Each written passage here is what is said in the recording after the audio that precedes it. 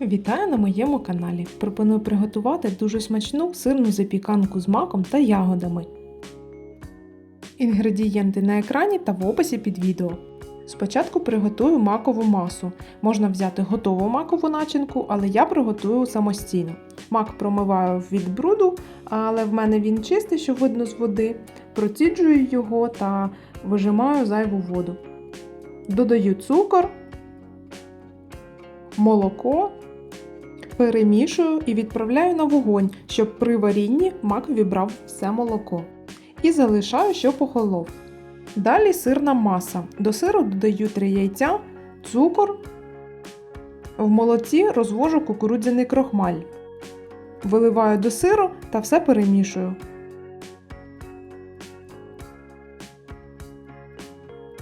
Занурювальним блендером перебиваю до однорідної маси.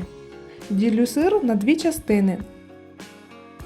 В одну з них додаю мак і добре перемішую. Тепер тісто. До яєць додаю цукор та збиваю блендером до пишності. Далі додаю розтоплене вершкове масло та олію. Все поєдную блендером. Додаю молоко і перемішую. Окремо до борошна додаю дрібку солі, розпушувач та какао. Поєдную до одного кольору. Всипаю до рідких інгредієнтів і добре перемішую до однорідної консистенції. Виходить ось така гладка структура. Форму діаметром 26 см застелила пергаментом.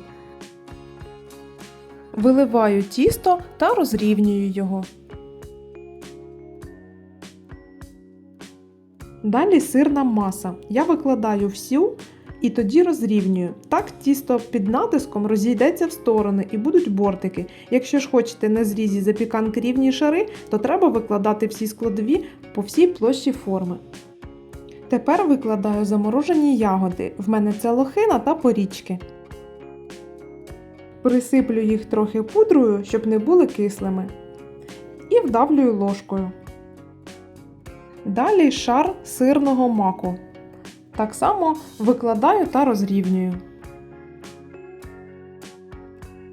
Відправляю в розігріту духовку до 180 градусів на 1 годину. Запіканка готова, зверху гарно припеклася.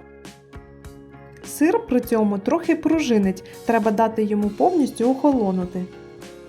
Поверх запіканки нанесу глазур, в мене вона в готових калетах. Підігріваю на водяній бані і додаю трошки олії, щоб легше працювати з нею. Можна також використати і розтоплений шоколад. Залишаю на пару годин, щоб глазур застигла. Запіканка повністю охолола, я залишала її в холодильнику на ніч. В розрізі виходить просто дивовижно, наче спеціально робила бортики. Замість ягід можна використати фрукти або сухофрукти, додаючи їх як в чисту сирну масу, так і в макову. Запіканка дуже смачна, насичена маком, якого відтінюють кисленькі ягоди і легкий шоколадний пиріг. Підписуйтесь на мій канал та всім смачного!